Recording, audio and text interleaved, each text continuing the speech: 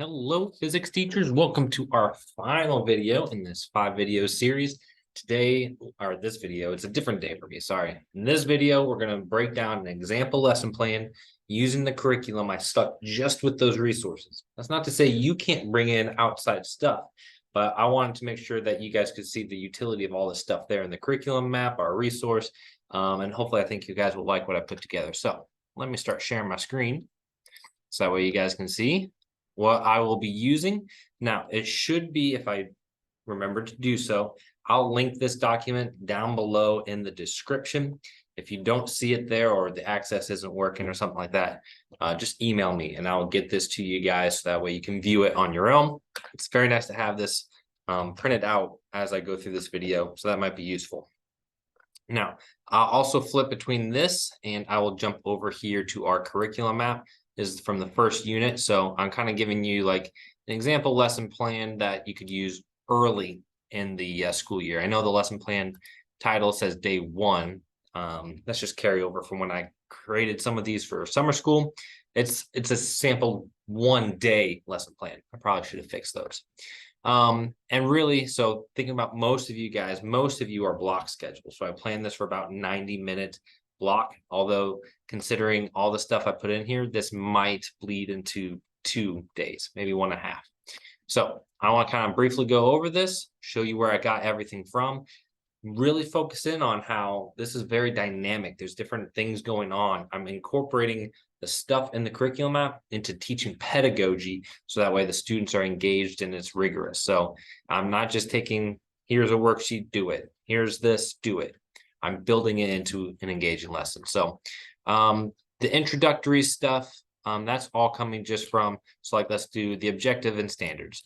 That's coming right off the curriculum map. I actually skipped over chapter 1 just because that's sort of like the intro to science. I actually designed my lesson from chapter 2, but everything would work with the stuff up there as well. So I got my standard and my objectives from here. You kind of think about what is my lesson going to be about, which one of these fits it best, and you're good to go. So that's where that came from. So really easy when you're doing your lesson planning to find your objectives and standards.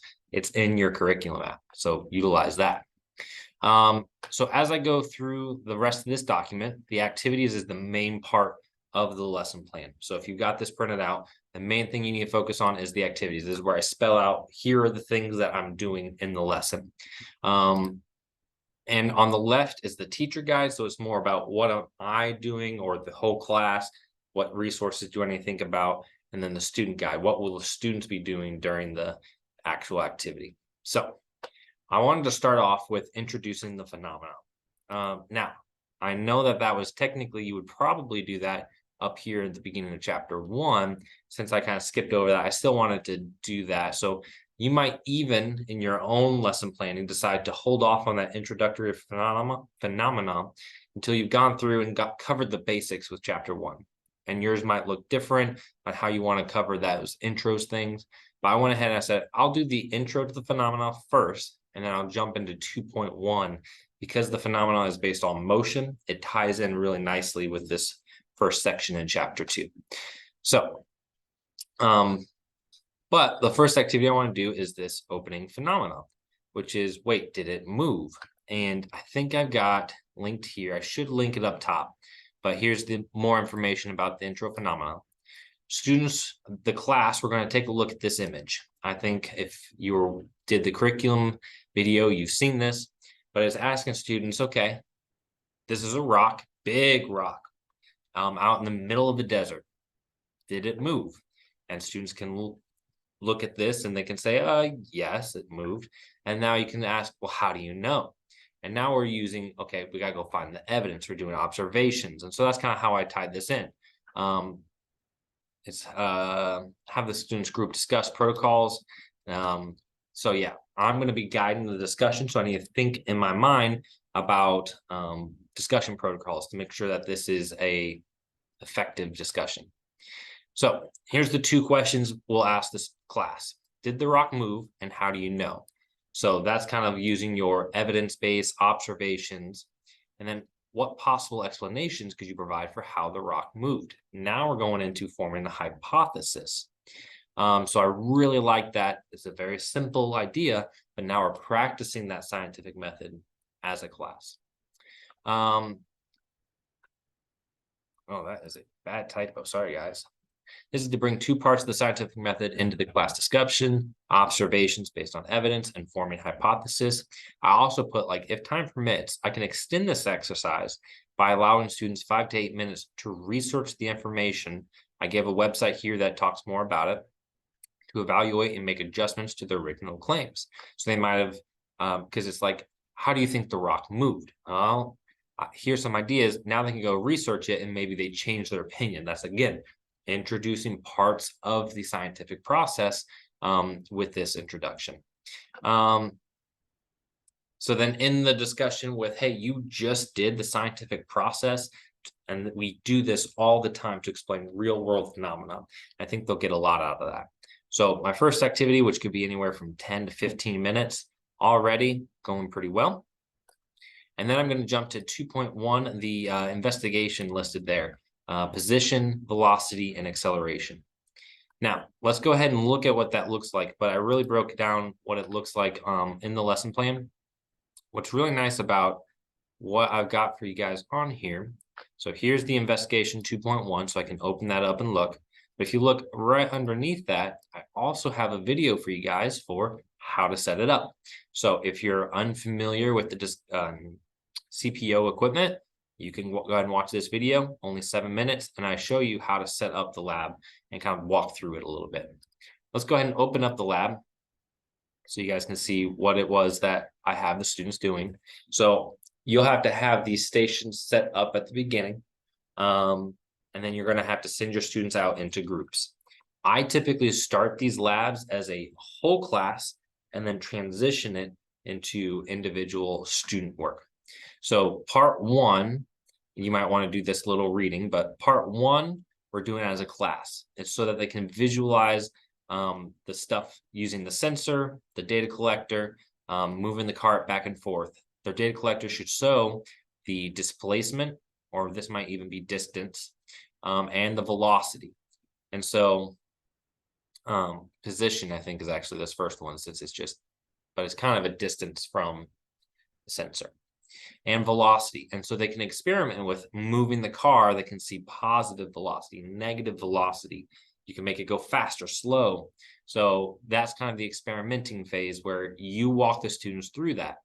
And then part two has questions that you can help the students answer as they are experimenting with this. So I said in my lesson plan, I'm going to have some students in their lab groups, max of like 5. You're trying to keep it around 4. Once you get more than 5, it starts to have people just sitting and doing nothing. But I actually have, oh, I almost forgot. I pulled a question from the pretest. Let me show you that real quick. So we have the pretest that I put here. I pulled the question number 5 from this. And so when you get set up with the lab, there's always this transitional time. So I send the students out to where they need to be. And while they're getting settled in, the group is supposed to answer this question. And I'll probably have it up on the board or on a piece of paper at their desk. The slope of velocity versus time graph represents, and then they got to choose. Now, before they've ever learned this, they're not going to have a very good answer for this. So I'm probably going to get random answers. I told the students, let's jump over. Go ahead and put your answer on a sticky note and we'll put it up on the board. When we finish the lab, I'm going to ask that same question again. And now the students are going to have a better understanding of it because they're going to create a graph and they can interpret what the slope means. So we're going to do parts 1 and 2 of the class together, as I mentioned. And then I'm going to turn over the rest of the lab to the groups. So once we finish part 2, okay, I'm sure we've all answered these questions. Go ahead and go with number 3. It gives them all the information for setting up their data collectors. And then they can go ahead and run an experiment. It gives them all the details. So again, you guys need to read the instructions, follow. I'm going to choose a reader and a leader and people with different roles. And it's going to end up creating a graph for them. I'm going to let my students know, before you go and start answering all these questions, have me come over and check out your graph. I want to make sure that they have a good graph to base all of their questions on. So I'll be monitoring while they're working at this part, and then they're supposed to do this and have me come check, and then they'll be able to answer the final questions. These are kind of like their wrapping up, understanding type questions. So let's jump back over. I've put in here exactly what the students should be doing, following me for the first couple parts, and then they're going to do theirs. To wrap up the lab, students will now again answer that same first question, the slope of a velocity time graph represents, and they're going to answer it again. And so I probably will have a chart up on the board that has like a before side and an after side. So they'll put their sticky notes before the lab and then after, and I'll pull a couple of those to like demonstrate to class, like, wow, look how much we grew. Or if there's still some misconceptions, maybe I can fill in those gaps. Okay, so we finished that lab. I get my students back into their regular seats, and what I'm envisioning is there's some lab space in my classroom, and then there's regular seats. Hopefully that you have that sort of space. But now I want to go through and yes. All right, someone just messing with me. All right. I want to go through and do the presentation, but I just don't want to go up at the front and just present this whole, let's go ahead and look at it. This is the chapter 2.1 presentation. You'll find it in the resource folder. It's not a whole lot of slides. I think it's about 16. But instead of having students sit there, take notes, I'm talking the whole time. What I did with this presentation slide was I broke it up and I put the learning process on the students. And so while this loads up, when I'm recording, everything loads up real slow. It shouldn't be this slow for you guys. But I basically broke up these slides into little chunks. So I did, okay, the first few slides talk about position, velocity, acceleration, mainly position. So it's kind of like that. What is the position and all that stuff? So I'm going to group my students. You're in charge of these slides. This group will be in charge of those slides. And what they're supposed to do is on a chart paper, they have to kind of summarize, put a diagram. They're going to teach the class those slides after, let's say, 15 minutes they get with their 3 or 4 slides to put together a nice little poster and present to the class what they're supposed to be learning about. And when the students are now presenting, the rest of the class has to be engaged, because in our curriculum map, I got this graphic organizer, and this goes right along with the notes. And so students will have this out as this groups are presenting, and they're going to fill this out based off of what the groups have presented. So it's about velocity. So there's a group that talks about average versus instantaneous velocity. They'll fill that out. There's a group about relative. You'll have positive and negative, I believe. Actually, the answer key, good pro tip in the resource folder. So graphic organizer and the graphic organizer answers. So you can actually open this up and see what the answers are supposed to be. Very useful tool. And there you go. We got constant speed, constant direction. Both of those are what you need for a constant velocity. There you go. So these are the types of things that students will be filling out as they teach each other through the slides. And now I've turned what could have been just me standing at the front, here's the presentation, take your notes, into a students are taking ownership of the learning and teaching each other. And I thought that was really cool. And then they've got a graphic organizer that goes with it. We've got posters that captured our thought. They can put that graphic organizer either in a class notebook or folder. And that was a pretty interesting way to use the presentation slides. I can also fill in any missed information there at the end. I've got the answers. Oh, you guys didn't get this part. Make sure that we understand that relative velocity is, and then fill in that gap for them. And then it looks like I've got one main activity and then just like an optional activity left. So then I said, okay, we've worked a lot with all this stuff. Now it's time to do some practice problems. So I'm going to pass out worksheet 2F. And I'm going to have a few students to help me read the beginning. So let's jump over and look at worksheet 2F. in our resource folder. Again, to get the resource folder, it's at the start of every chapter. Okay, and we're doing worksheet 2F. It's about velocity. So you see there's kind of a reading. So I'm going to have students help me read. I'm going to kind of recap. Okay, we talked about this in our presentations, the equation. So make sure everybody's on board. I might do one of the example problems for the students or show them how they did this. If you wanted to, before you made copies of this, you could delete this information and do these examples together so they can see that process. What am I looking for? What are the givens, relationships? I found doing this process, maybe you have a slightly different look, but doing this process really helps students formalize their understanding of the word problem. And then there's one practice problem where it gives them that template. So what I did is, okay, we've done a couple examples together, or I've overviewed them. Now, everybody does problem number 1, and when you have your solution, you call me over, I'll come check it. And so before the students just move on and try to do everything, I'm going to make sure, did they do everything correctly? These type of worksheets might be good to have a separate sheet of paper so they can redo this. Maybe you just have a separate paper that has this copy and pasted for every problem. Whatever you guys think is best, but having them structure solving these problems is the only way I ever got students to make progress on these. So I'm going to have students complete that. And then you notice there's quite a few questions. So this will take us to the end of class, and students who don't finish, hey, that's your homework. Bring it back tomorrow. That's when it's due. And that's how I kind of structured that.